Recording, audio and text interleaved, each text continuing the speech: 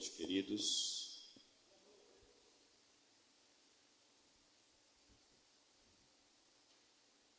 Vamos abrir nossas Bíblias no Evangelho de Lucas, capítulo 7.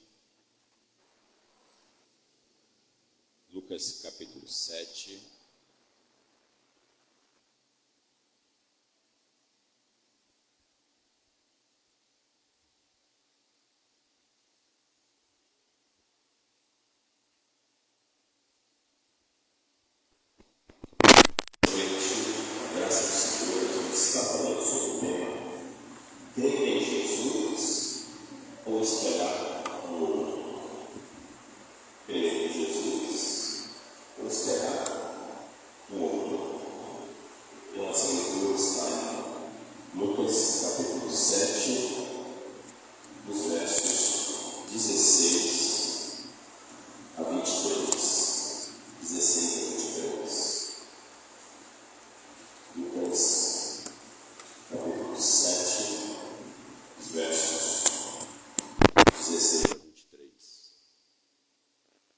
Todos encontraram?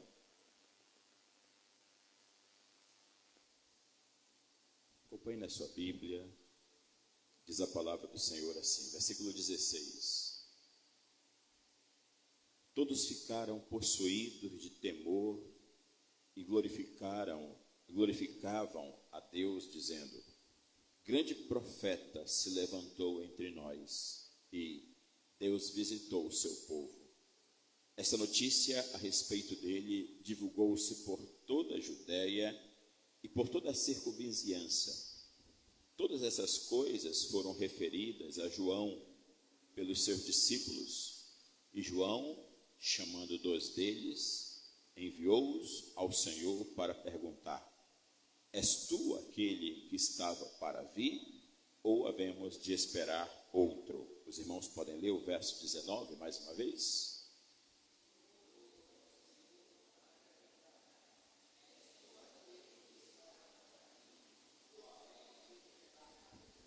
Quando os homens chegaram junto dele, disseram: João Batista enviou-nos para te perguntar: és tu aquele que estava para vir, ou esperaremos outro? Os irmãos podem ler o verso 20 mais uma vez?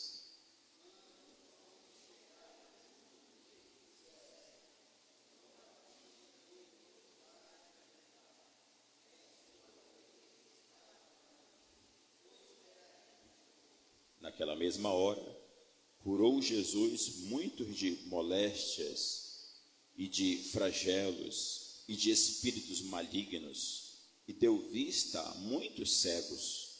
Então Jesus lhes respondeu: ide e anunciai a João o que vistes e ouvistes. Os cegos veem, os coxos andam, os leprosos são purificados, os surdos ouvem, os mortos são ressuscitados, e aos pobres anuncia-se-lhes o Evangelho. E bem-aventurado é aquele que não achar em mim motivo de tropeço. Os irmãos podem ler o verso 23?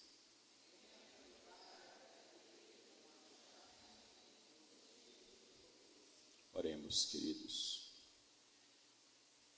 Senhor, nosso Deus, nosso Pai, graças te damos, Senhor, por esse tempo que o Senhor nos concede diante da tua palavra.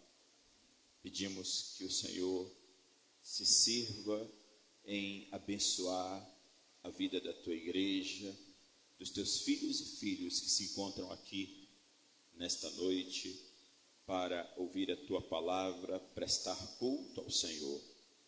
Ó Deus, abre o nosso entendimento, que a tua palavra alcance o mais íntimo do nosso coração, nos convencendo, nos convertendo ao Senhor. Te revela, Senhor, a nós. Te pedimos em nome de Jesus.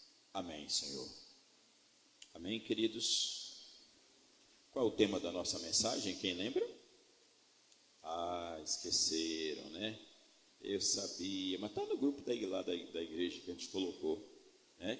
Crer em Jesus ou esperar um outro? Vamos repetir? crer em Jesus ou esperar um outro? Veja, esses relatos que nós acabamos de ler, eles se desenvolvem a partir dos milagres de Jesus. Você conseguiu perceber? E segundo o relato de Lucas, do Evangelho de Lucas, esse relato se desenvolve logo após a ressurreição do filho único de uma viúva na cidade de Naim. Vamos olhar novamente o texto, mas agora a partir do versículo 14. 14 a 17. Olhe lá, na sua Bíblia. Chegando-se, tocou o esquife e, parando os que os conduziam, disse: Jovem, eu te mando, levanta-te. Sentou-se o que estivera morto e passou a falar, e Jesus o restituiu à sua mãe. Todos ficaram possuídos de temor e glorificavam a Deus, dizendo: Grande profeta se levantou entre nós e Deus visitou o seu povo. Essas notícias a respeito dele divulgou-se por toda a Judéia e por toda a circunvizinhança. Ou seja, o relato partiu, no caso aqui do relato de Lucas, a partir desse milagre que Jesus fez, ressuscitando o filho único de uma viúva lá na cidade de Naim. Após este milagre, diz o texto que a fama de Jesus se divulgou por toda a Judéia, toda a circunvizinhança, e se espalhou por toda aquela região. Por toda aquela região. Muitos ouviam falar a respeito do Senhor Jesus. E chegou até João Batista. E neste momento, alguns estudiosos concordam, ele já estava preso, estava próximo de morrer, né? E João Batista então envia 2 de seus discípulos a Jesus para lhe fazerem a seguinte pergunta: És tu aquele que estava para vir, ou havemos de esperar outro? Novamente, qual foi a pergunta que João enviou seus discípulos para perguntar a Jesus? És tu aquele que estava para vir, ou havemos de esperar outro? Portanto, o que vemos aqui é que este relato a respeito de João Batista tem início a partir dessa pergunta: o Senhor Jesus era ou não o Messias? Esta é a pergunta. Ele era o Messias ou devemos esperar outro? Essa era a pergunta. E é interessante, amados, porque esta nos parece ter sido a pergunta mais importante que já fizeram a Jesus. Ele era aquele que viria para salvar a humanidade de seus pecados, ou deveríamos esperar outro? Essa pergunta tem muito a ver com a nossa fé. Essa pergunta tem muito a ver com a nossa vida cristã. Quando nós viemos aqui à igreja, quem nós adoramos? Quem é Ele? Quem é Ele? A quem nós adoramos? Em nossa vida cotidiana, em nossa vida diária, na história da nossa vida, em quem esperamos? Em quem esperamos? Em quem depositamos a nossa fé? Em quem depositamos a nossa confiança? Em quem esperamos? E eu gostaria de falar para os irmãos, pelo menos em 2 pontos, o terceiro para uma conclusão, mas em primeiro lugar, a relação de Jesus e o Messias. Mas como é isso, pastor? Não são os mesmos? Jesus não é o Messias? A relação de Jesus e o Messias é profetizado. O Messias descrito nas Escrituras do Antigo Testamento, por exemplo. Veja, havia a certeza em Israel, essa era comum em Israel, de que Deus prometera que um dia um Salvador viria, um ungido, que é o Messias. Essa palavra ungido é traduzida para o nosso português, mas ela é a mesma palavra para Messias e para Cristo. Você sabe disso, né? A palavra Messias está no hebraico, Cristo é em grego, mas é a mesma palavra, só que em grego, e quando traduzido para o português, por exemplo, é o ungido, que é o significado de Messias e Cristo, o ungido. E o que significa ungido? É aquele que foi separado. Ou é aquele que foi separado para uma missão. Para uma missão. É o Messias, o Cristo. Todo Israel acreditava que Deus um dia enviaria o Cristo, o ungido, e havia certa expectativa de que ele cumprisse tudo que estava escrito a respeito dele, nos profetas, nos salmos, quando ele chegasse. E havia interpretações dentre a liderança de Israel e ensino ao povo a respeito dessas coisas por parte da liderança de Israel. Daí os escribas, os fariseus, que transmitiam essas coisas ao povo, os estudiosos dentre os judeus. Mas o próprio Lucas, ele registra que Deus daria o trono de Davi ao Filho do Altíssimo e que este reinaria para sempre sobre a casa de Jacó. Volte um pouquinho em Lucas capítulo 1. Vocês vão lembrar, esta é a palavra do anjo Gabriel a Maria. Nós estudamos isso há um tempo atrás. Lucas capítulo 1, versos 32 e 33. Lucas 1, versos 32, 33. Olha o que o anjo diz a Maria, verso 32. Este será grande e será chamado Filho do Altíssimo. Deus, o Senhor, lhe dará o trono de Davi, seu pai. Ele reinará para sempre sobre a casa de Jacó e seu reinado não terá fim. Muitas interpretações envolviam, por exemplo, esta fala, que também está registrado no Antigo Testamento.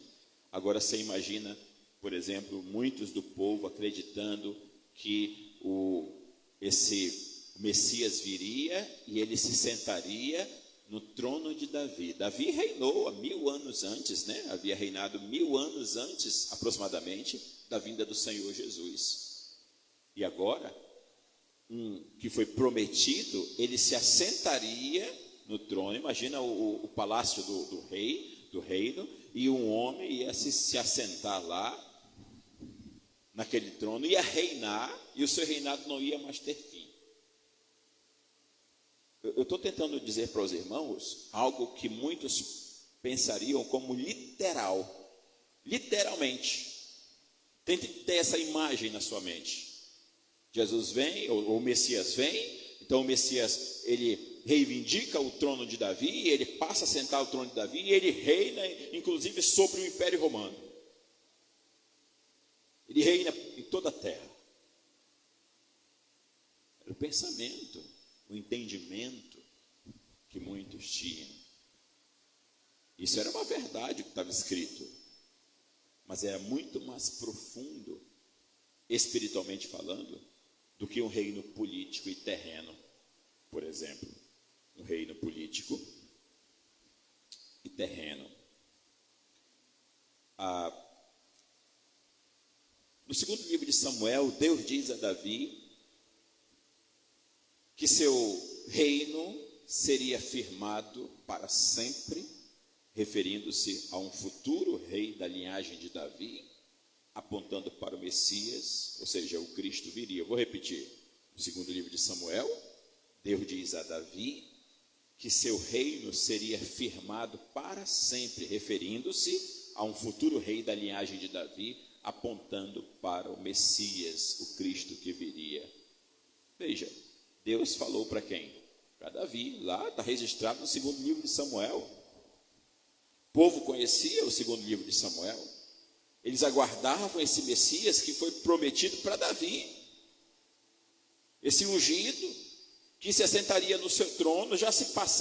Havia passado já 1000 anos desde que essas palavras foram ditas a Davi, o rei Davi.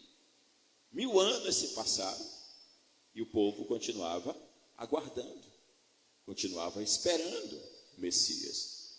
E é interessante também pensar, queridos, que mesmo após a ressurreição do Senhor Jesus, seus discípulos lhe perguntaram.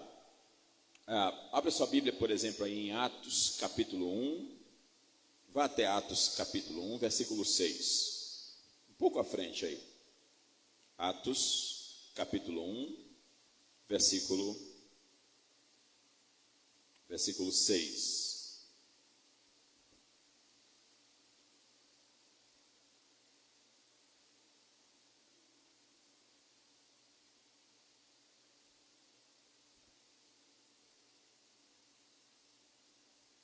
Atos capítulo 1, versículo 6. Todos encontraram?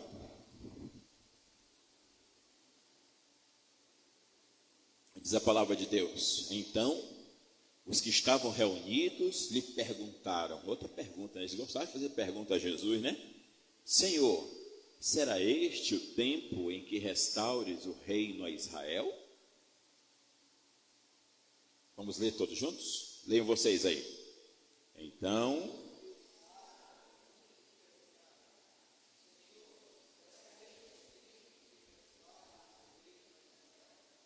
qual era a compreensão? Aqui, algumas interpretações sugerem que eles ainda aguardavam de Jesus, depois da sua ressurreição, depois que Jesus ressuscitou, eles aguardavam de Jesus um reino político e terreno que enfrentasse o Império Romano.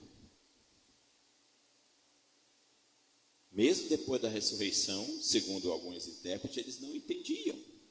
Agora, nós queremos voltar ali à pergunta de João Batista. A fé de João Batista, ou pelo menos de seus discípulos, é uma coisa que a gente precisa pensar, João Batista ou seus discípulos? Você vai já entender. Precisava ser confirmada quanto a este assunto. A fé precisava ser confirmada. Jesus é o Cristo ou devemos esperar outro? Jesus é aquele que foi prometido de Deus para Davi 1000 anos atrás, aquele que os salmos e os profetas falaram? É ele? Essa era a pergunta de João, dos discípulos de João. Até este momento, Jesus não havia declarado publicamente que ele era o Cristo. Não está isso, pelo contrário, inclusive. Não havia nenhum momento em que Jesus disse: olha, eu sou o Cristo. Eu sou aquele que foi prometido. De forma pública, não. Apenas para os seus discípulos. E também Jesus não havia permitido que seus discípulos o fizessem. Seus discípulos sabiam quem ele era. Mas ele não havia permitido que seus discípulos fizessem. A gente precisa ir ao Evangelho de Mateus, capítulo 16. Olhe na sua Bíblia. Mateus, capítulo 16. Apenas para fundamentarmos aquilo que estamos dizendo, né? Mateus, capítulo 16,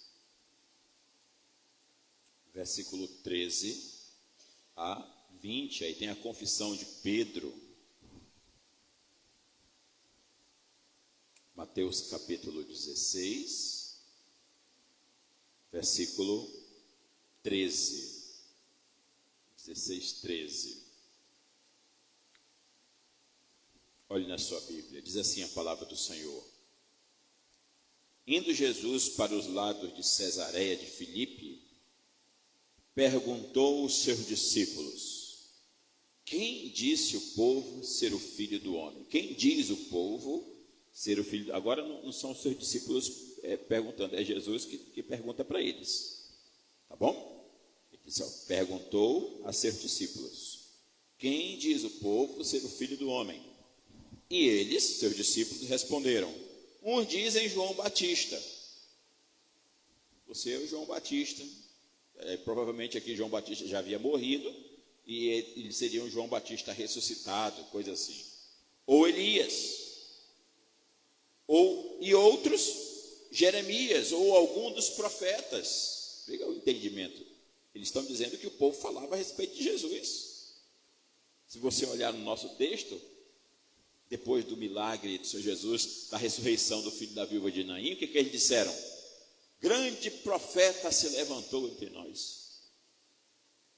Então, o pensamento deles a respeito de Jesus.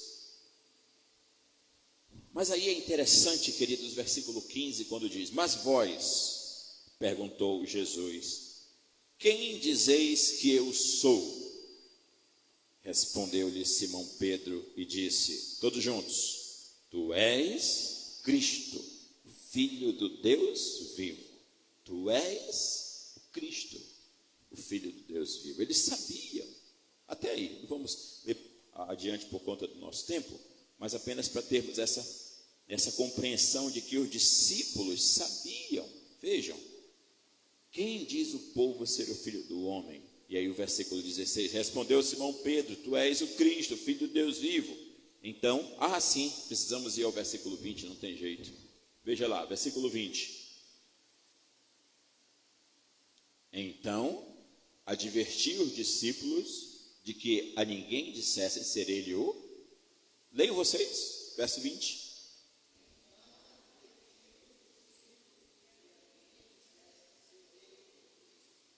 E você pode perguntar, por que Jesus não queria que soubessem que ele era o Cristo?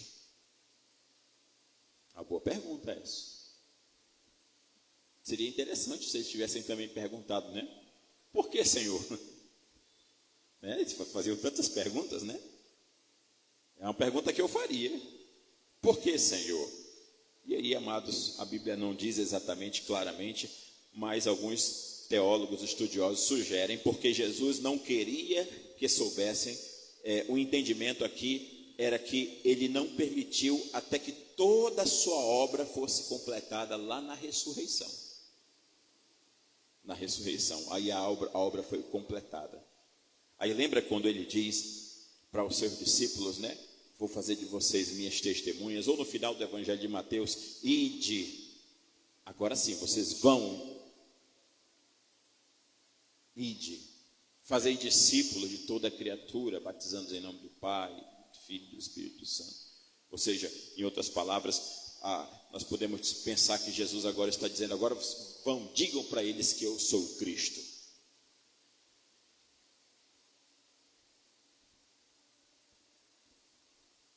No entanto, os grandes da igreja judaica,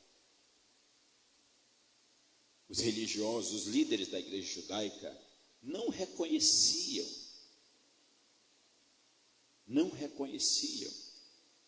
porque eles aguardavam alguém que reivindicasse o trono de Davi, e nada disso havia acontecido. Reivindicasse o trono de Davi significa subisse ao trono, confrontasse o império e que se mostrasse como um poderoso rei político terreno. Talvez fosse assim, né? Há muitas indicações que eles pensavam a respeito do Messias. Também todo o povo e o esplendor, imagine, alguém que viesse com todo o poder, com todo o esplendor material, humano, que esperavam o Messias, e Jesus não tinha isso. Um poder confrontador,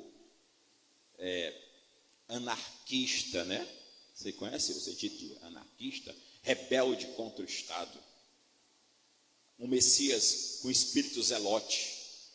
Sabe quem são os zelotes? Zelote era um grupo lá que era tipo assim, radical, né? Contra o Estado. Eles aguardavam o Messias assim. Mas nos parece também que havia uma outra questão. Se esse Jesus for o Messias prometido, nós o aceitaremos? considerando sua pessoa, filho de José. Nós não conhecemos, em algum momento ele diz, nós não conhecemos a sua mãe, os seus irmãos, não é esse o filho do carpinteiro? Nós o aceitaríamos?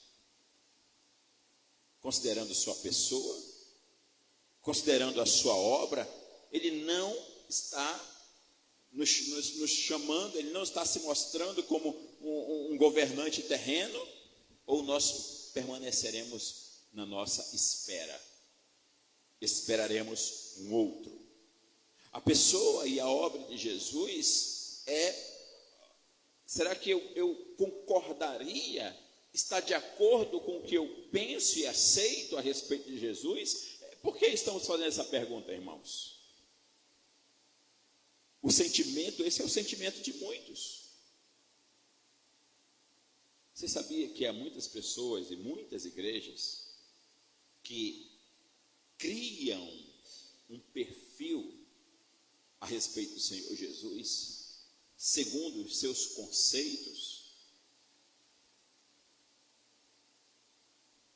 Há nesse mundo Jesus de todo tipo que você possa imaginar, segundo o conceito dos homens, segundo o que os homens acreditam. E muitos desses conceitos antibíblicos, diferente das Escrituras. Daí, nós estamos considerando isso. Portanto, não era de se estranhar que até mesmo João Batista enviasse os seus discípulos para perguntar: tu és o Cristo? Segundo alguns estudiosos, João Batista também sabia que ele era o Cristo. Isso alguns estudiosos consideram. Mas para que os seus discípulos tivessem essa mesma certeza, então os envia 2. E aí a gente pode pensar, né? Pela manhã nós mencionamos quando Jesus vinha para ser batizado. Lembra que chegaram a perguntar, a expectativa do Messias era grande, que eles perguntaram para João Batista: tu que é o Cristo? Ele disse: não, eu não sou. Mas eu sou aquele que vim para preparar o caminho, a chegada dele. João Batista tinha essa convicção, o filho de Zacarias, né? Nós já estudamos. Mas quando Jesus vem, enquanto João está batizando, nós também mencionamos pela manhã, né? Produzam frutos dignos de arrependimento. E aí, quando os judeus vinham para ser batizados, e aí de repente Jesus vem em direção de João Batista. O que ele diz? Eis, Cordeiro de Deus que tira o pecado do mundo. João Batista o conhecia, sabia quem ele era, mas talvez, concordando com esses estudiosos, seus discípulos tinham dúvidas, e por isso João Batista os envia. Então vamos lá, perguntem para ele: és tu o Cristo? E aí voltemos a Lucas capítulo 7, vamos para o nosso segundo ponto. Lucas capítulo 7. Então, aqui, esse primeiro ponto, nós consideramos essa relação de Jesus e o Messias que foi prometido. Ficou claro? Sim ou não? Você viu na Escritura, né? Eles aguardavam, esperavam esse Messias que havia sido falado. Em segundo lugar, o relato bíblico da pessoa e obra de Jesus declara quem ele é, o Messias de fato. Eu vou repetir. Em segundo lugar, o relato bíblico, o que está registrado da pessoa e obra de Jesus, declara quem ele é, o Messias de fato. E aí observe o versículo 20, Lucas 7, 20. Quando os homens chegaram junto dele, disseram: João Batista enviou-nos para te perguntar: és tu aquele que estava para vir, ou esperaremos outro?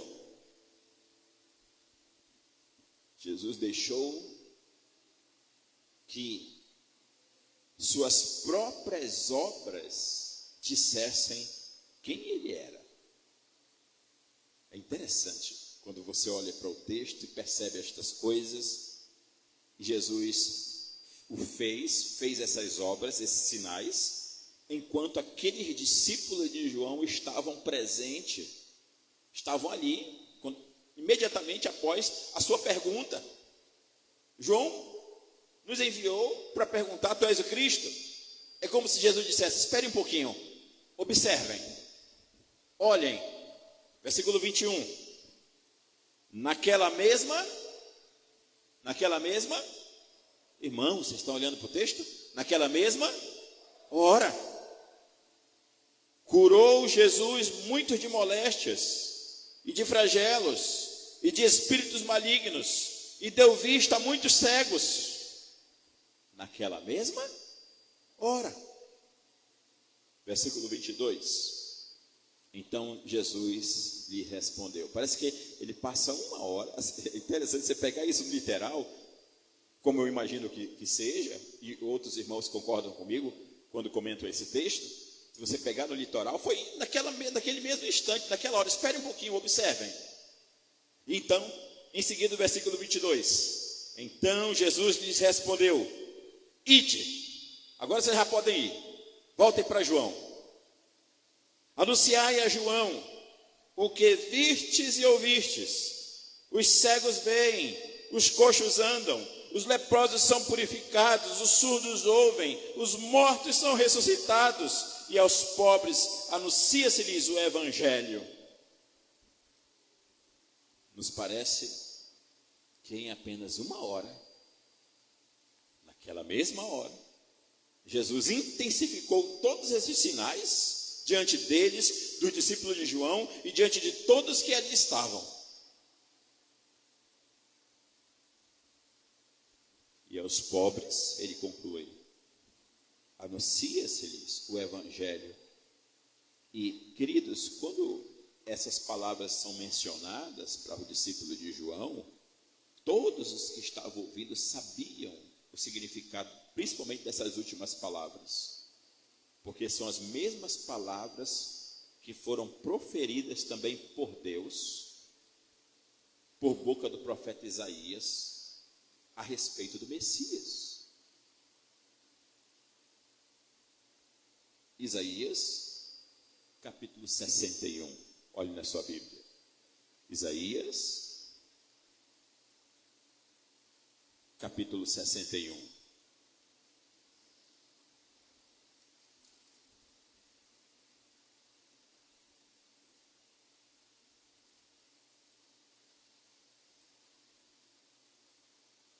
Vamos ler do verso 1 a 3.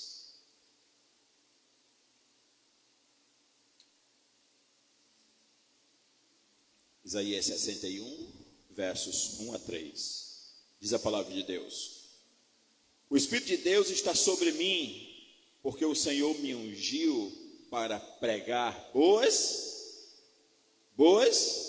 novas. É o mesmo sentido de lá. Quando Jesus termina falando para o discípulo de João, anuncia João também que aos pobres é anunciado o evangelho, o reino de Deus. Então veja, para pregar boas novas aos quebrantados, enviou-me a curar os quebrantados de coração e proclamar libertação aos cativos e a pôr em liberdade os algemados, a apregoar o ano aceitável do Senhor e o dia da vingança do nosso Deus, a consolar todos os que choram e a pôr sobre os que em Sião estão de luto uma coroa em vez de cinzas, óleo de alegria em vez de pranto, veste de louvor em vez de espírito angustiado, a fim de que se chamem carvalhos de justiça, plantados pelo Senhor para a sua glória. Em outras palavras, é como se, quando Jesus diz em Lucas capítulo 7, ao final desta uma hora, ou daquela mesma hora, quando ele diz: e aos pobres anuncia-se-lhes o evangelho. Em outras palavras, julguem, portanto, se vocês devem esperar outro. Julguem, portanto, se vocês devem esperar qualquer um outro. Não havia como suspeitar de fraude.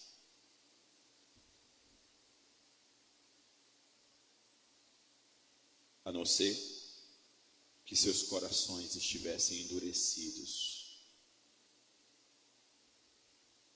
E estavam. No caso dos fariseus, né?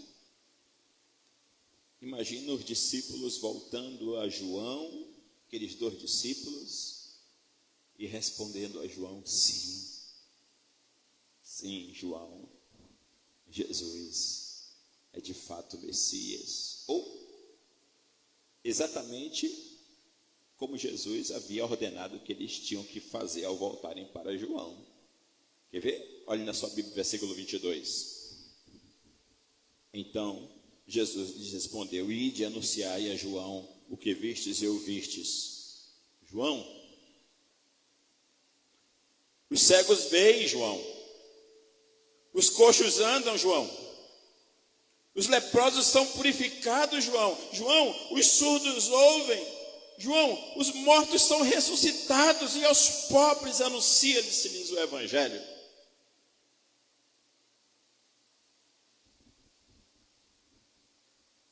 Quem sabe, se João já sabia, João poderia dizer assim: eu falei para vocês.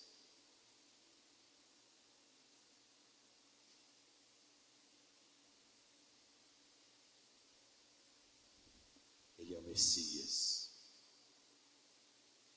Ele é o Cristo. Não há outro. Ele é o Cristo. A própria multidão.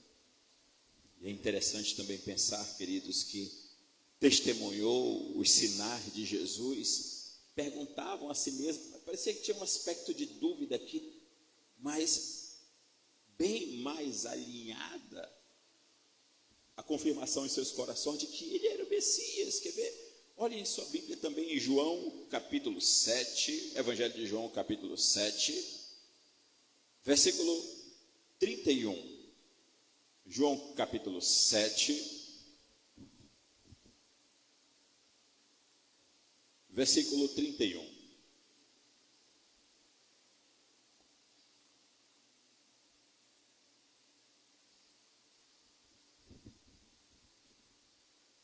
Os irmãos encontraram aí? Sim ou não? Quem não encontrou diz quase, pastor, quase, espere um pouquinho. João 7, verso 31. Diz a palavra do Senhor: e, contudo, muitos entre a multidão creram nele e diziam: quando vier o Cristo, fará porventura maiores sinais do que este homem tem feito? Quando vier o Cristo. Por acaso, tem alguém que o Cristo que a gente aguarda, porventura, fará mais sinais do que esse aí? É ele que é o Cristo. Entenderam?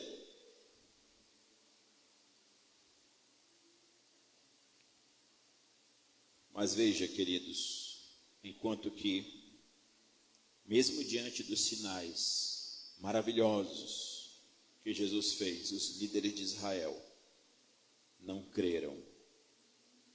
Versículo 32, do mesmo texto de João, João 7, nós lemos o 31, olha o 32.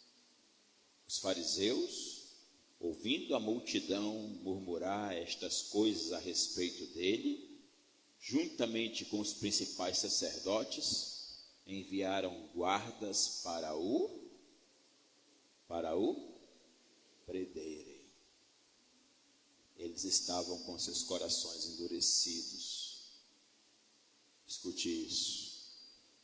Tropeçaram na verdade, sem contudo percebê-la diante dos seus olhos.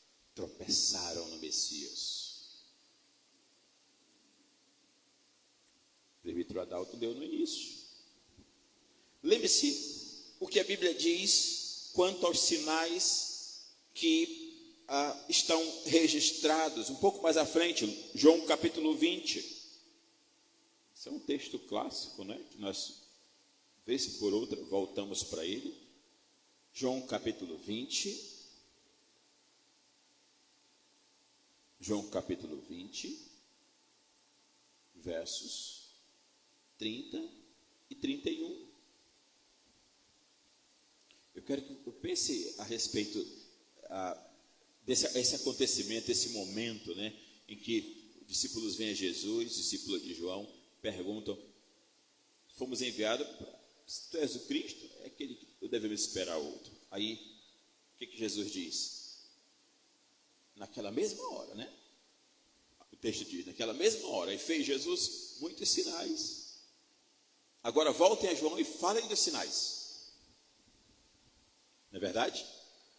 Agora observe o que diz João, o Evangelho de João, capítulo 20, verso 30 e 31. Na verdade, fez Jesus diante dos discípulos muitos outros,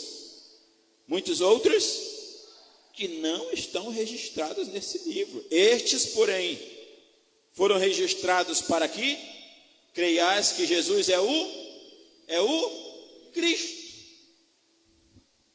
o Filho de Deus, e para que, crendo, tenhas vida em seu nome.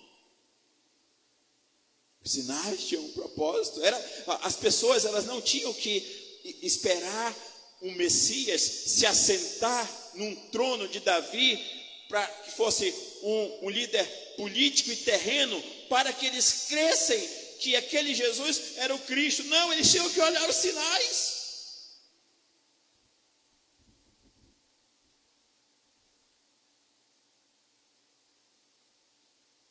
E mesmo diante das maravilhas, os líderes judeus não criam.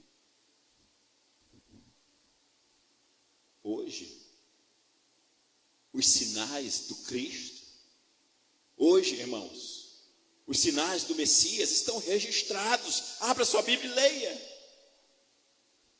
E é justamente por isso que eles estão registrados. O registro da pessoa de Jesus, o registro das obras, dos sinais de Jesus, o registro do nome de Jesus, para que você creia, e crendo, você tenha vida eterna. Você quer ter vida eterna? Leia a sua Bíblia, observe os sinais, observe a pessoa de Jesus, e creia que Ele é o Cristo. Creia que Ele é o Cristo. Para concluir, queridos, deixa eu perguntar: em quem temos esperado? Em quem temos esperado? Isso talvez tenha a ver com muitas das nossas motivações em vir para a igreja. Por que você vem para a igreja? Por que estamos aqui na igreja? Por quem nós vemos a igreja? Por qual motivação? Você serve ao Senhor, você se envolve aqui, você participa. Sabe, se a sua e a minha motivação for qualquer outra coisa que não o Cristo, a sua motivação está errada. Estamos perdendo tempo aqui. Não é pela instituição, não é pela igreja local, não é pelo nome da IPB, por Monte Moriá, simplesmente pela reunião social entre os irmãos, não é pelo pastor, não é pelo conselho.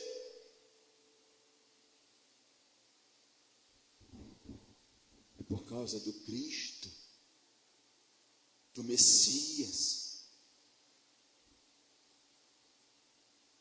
Em quem temos esperado? Em Jesus ou nos homens?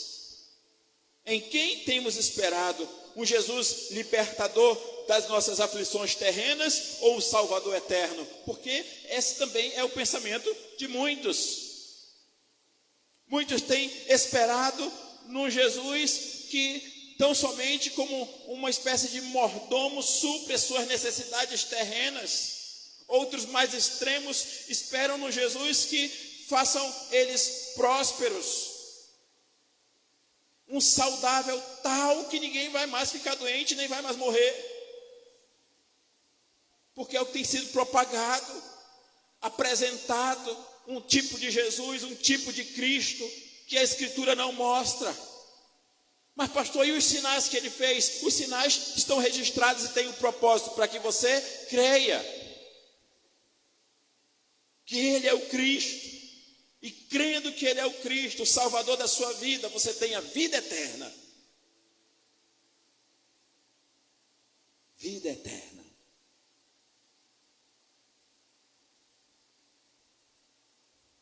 Em Atos capítulo 2, Pedro diz que Jesus agora está assentado no trono mais alto, de mais alta honra no céu à direita de Deus. Por isso que estamos aqui, porque ele já está assentado no trono. Não no trono terreno, político e terrestre, mas ele está assentado. Vamos olhar esse texto, Atos capítulo 2, olhe na sua Bíblia. Atos capítulo 2, versículo 33 em diante.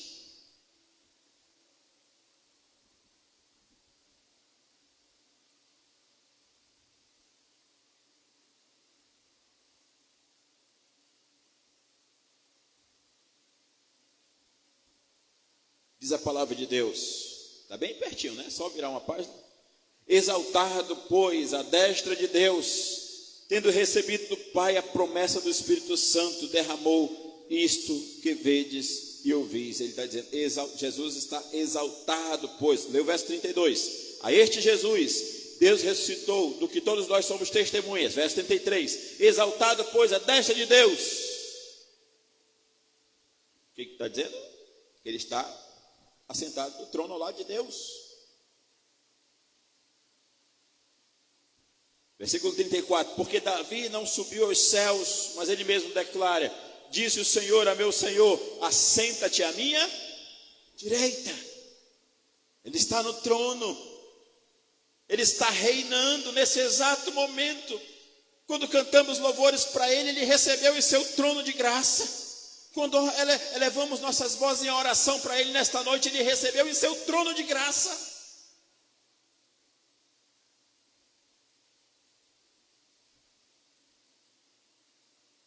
Esteja, versículo 36, versículo 35 diz, até que eu ponha os teus inimigos por estrado de teus pés. 36, todos juntos, irmãos. Esteja absolutamente certa, pois toda a casa de Israel, de que a este Jesus que vós crucificastes, Deus o fez Senhor e Cristo. Esteja absolutamente certo destas coisas. E quem você adora, o motivo de você estar aqui, é aquele que está exaltado. Aquele que está assentado no trono, aquele que reina sobre todas as coisas, Cristo, o Senhor.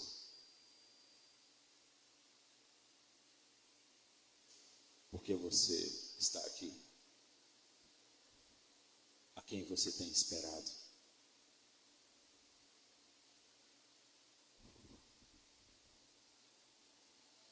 Por fim, irmãos, considere o perigo das pessoas se posicionarem contra ele. E não são poucas as pessoas. Há uma multidão nesta terra que se posiciona contra ele, que o persegue ao perseguir o seu povo, Lembra quando o Saulo o fazia? Saulo, Saulo, por que me persegue? Saulo havia pego cartas, autorização para perseguir os crentes. Mas quando os crentes são perseguidos, persegue-se o Senhor, o Cristo. Persegue-se o Cristo. E quantos têm se posicionado contrário a Ele, mesmo em meio a todas estas evidências que estão registradas. Agora volte para Lucas capítulo 7. Lucas capítulo 7.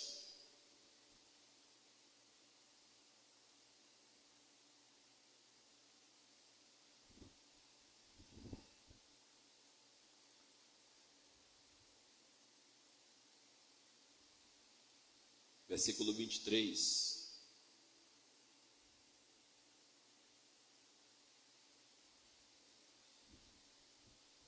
Aqui está um alerta. O que temos aqui? Um alerta. Repitam aí. Aqui está um alerta. Repitam, irmãos. Aqui está um alerta. Versículo 23. E bem-aventurado é aquele que não achar em mim motivo de tropeço. Leiam vocês agora.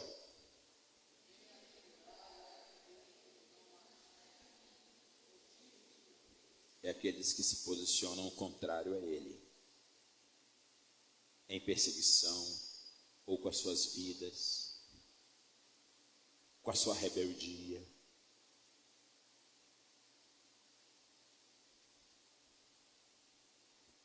Paulo diz em Romanos capítulo 9, tropeçaram na pedra de tropeço. Primeira carta de Paulo, capítulo 12, como nós lemos mais cedo, são estes os que tropeçam na palavra, sendo desobedientes para o que também foram postos.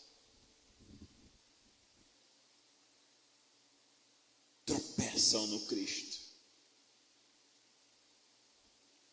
Muitos têm tropeçado na salvação que está diante de si.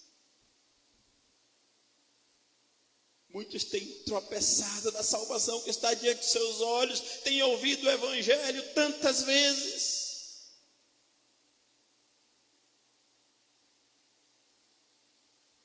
E João ainda alerta em suas cartas, sua primeira carta, ele diz: quem é o mentiroso, senão aquele que nega que Jesus é o Cristo? Nega não simplesmente com palavras, mas por suas obras. Continuam enganados, permanecem no engano, negando Cristo.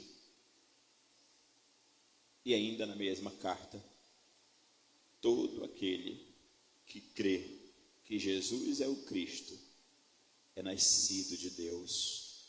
E todo aquele que ama ao que o gerou, também ama ao que dele é nascido. Vamos ler esse texto? Abra sua Bíblia aí. 1 João, capítulo 5, na próxima Apocalipse. 1 João,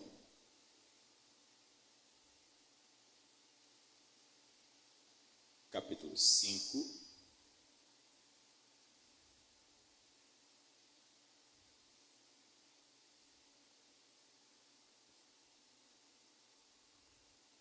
versículo 1.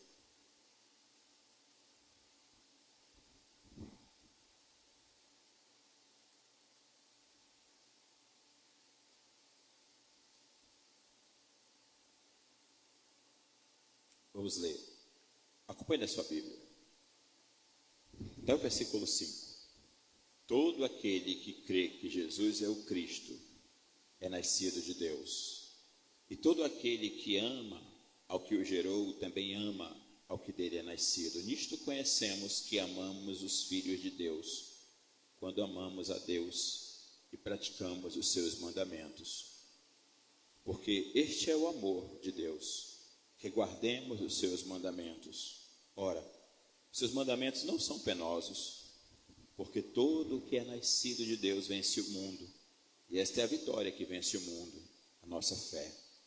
Quem é o que vence o mundo, senão aquele que crê ser Jesus, o Filho de Deus? Ou em outras palavras, todos juntos, versículo 1. Todo aquele que crê que Jesus é o Cristo é nascido de Deus. Você crê que Jesus é o Cristo? E nós? Em quem temos esperado? Em quem você tem esperado? Esta é apenas a primeira mensagem de pelo menos umas 3 mensagens nesse texto que eu gostaria de compartilhar com os irmãos. Aqui uma introdução para nós pensarmos. Mas vamos nos aprofundar mais em pelo menos mais 2 mensagens, se Deus permitir. Em nome de Jesus.